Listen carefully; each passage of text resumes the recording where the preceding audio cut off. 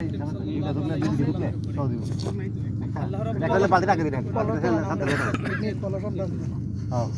আইয়ুহাল্লাযীনা আমানু কুতিবা আলাইকুমুস সিয়াম কামা কুতিবা আলাল লাযীনা মিন ক্বাবলিকুম লাআল্লাকুম তাত্তাকুন।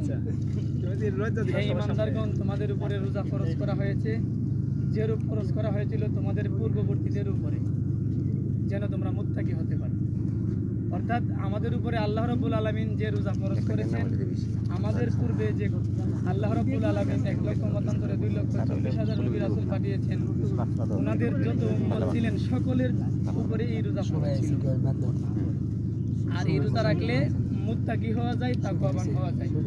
আল্লাহ রাব্বুল আলামিন হাদিসে কুদসির মধ্যে বলছেন, রোজাটা আমার জন্য এবং এর প্রতিদান আমি আল্লাহ নিজে দেব।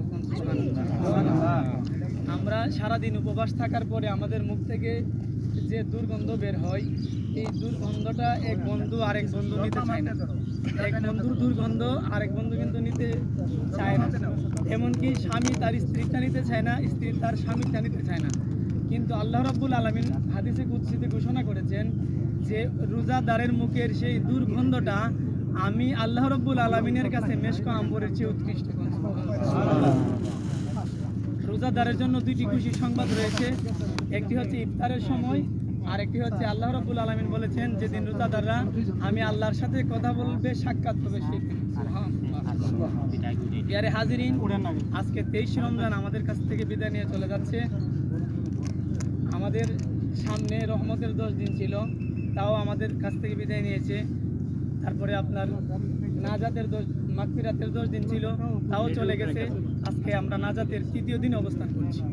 আমরা জানি না আমাদের আমল নামার মধ্যে আল্লাহ রাব্বুল আলামিন রহমত মঞ্জুর করেছেন কিনা, তারপরে মাগফিরাত মঞ্জুর করেছেন কিনা, এবং নাজাতও মঞ্জুর করবেন কিনা।